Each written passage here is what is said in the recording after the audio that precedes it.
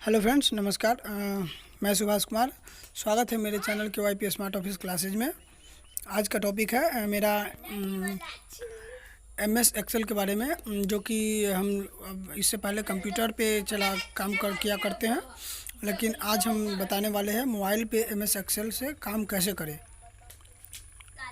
तो चलते हैं आगे की तरफ। मोबाइल से एक्सेल में काम करने के लिए अगले पॉइंट पे सर्च बॉक्स में जा कर के लिखेंगे एक्सेल सीट या सीट्स। तो EXCEL Excel sheets SHEET sheets जब भी क्लिक करेंगे फॉर मोबाइल तो यहाँ पे क्लिक होता है, क्लिक कर देते हैं। तो इसमें सबसे ज़्यादा अच्छा होता है कि गूगल सीट्स अगर हम डाउनलोड करते हैं तो वो मेरा ऑनलाइन क्लाउड में ड्राइव में सेव होता है। तो हम गूगल सीट्स को अलाउ करते हैं। तो गूगल सीट्स हमारे में पहले से इंस्टॉल्ड है, इसलिए बोल रहा है अपडेट करने के लिए। तो इसको हम पहले अपडेट कर देते हैं। अपडेट करने के बाद क्या होगा, जो भी फैसिलिटी जो नया होगा वो हमको मिल जाएगा। तो इसको हम अपडेट कर लेते हैं। अगर आपके पास नहीं है तो ये इसको डाउनलोड करें, इंस्टॉल करें। इंस्टॉल करने के बाद आपको जीमेल आईडी से डायरेक्ट कनेक्ट हो जाता है। तो हम वेट कर लेते हैं थोड़ा। अपडेट हो जाने के बाद हम इसको ओपन करेंगे।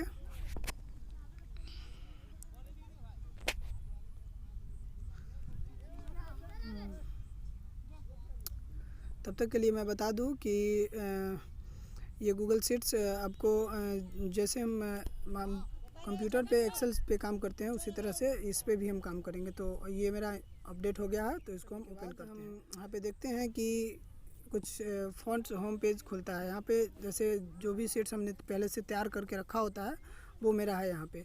तो हम नया अगर सीट्स में डालना चाहते हैं तो यहाँ पे हमको प्लस ऑप्शन देता है। जब भी प्लस ऑप्शन देता है तो यहाँ पे न्यू स्प्रेडशीट और चूज़ टेम्पलेट का मतलब होता है, जो टेम्पलेट होता है टेम्पलेट के बारे में कि पहले से इसमें एक्सेल का कुछ टेम्पलेट मतलब प्री डिज़ाइन पहले से बनाया हमको डिज़ाइन मिलता है एक्सेल सीट्स का, वो यहाँ से टेम्पलेट से प्रोवाइड होता है।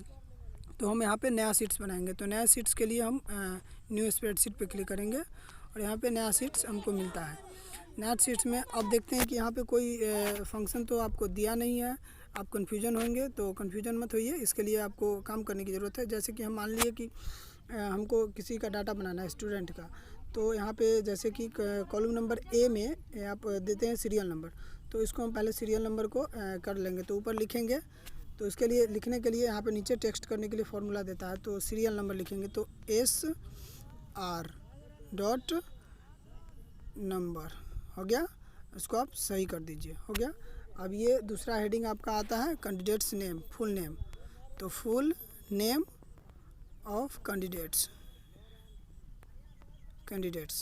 हो गया। कॉलम सी में आते हैं, वहाँ पे आपको लिखना होगा टोटल मार्क्स। तो टोटल मार्क्स हो गया। तो हम अभी इतना ही पे समझते हैं। तो इतने ही को हम उसके बाद इस डेटा को हम हाईलाइट करने के लिए अब हम क्या करेंगे, इस पे हम किसी एक सेल पे क्लिक करेंगे और इस सेल पे क्लिक करके और स्क्रॉल करेंगे आपके बाएं तरफ जिस भी डाटा को सेलेक्ट करना होगा।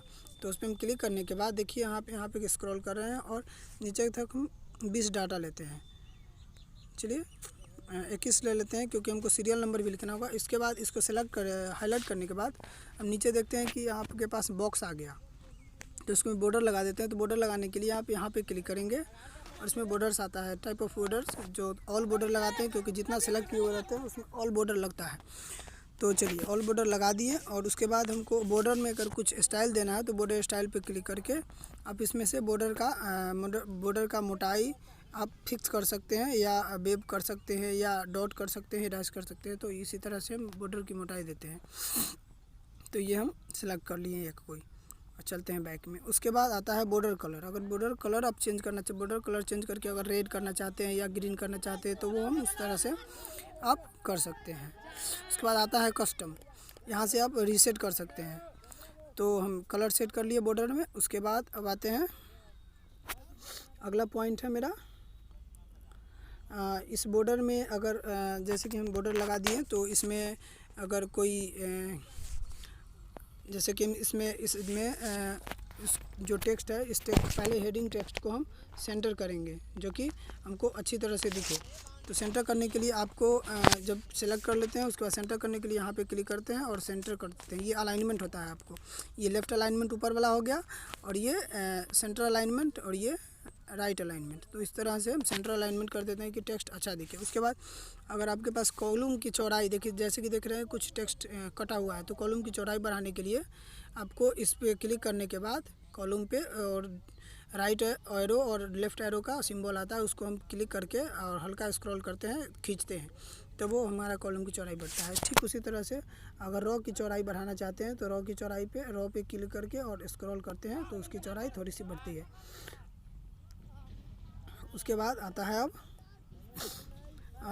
उसके बाद आता है इस टेक्स्ट को बोल्ड करना। तो जब भी हम टेक्स्ट को सेलेक्ट कर लेंगे उसके बाद बी पे क्लिक करेंगे तो ये बोल्ड हो जाता है।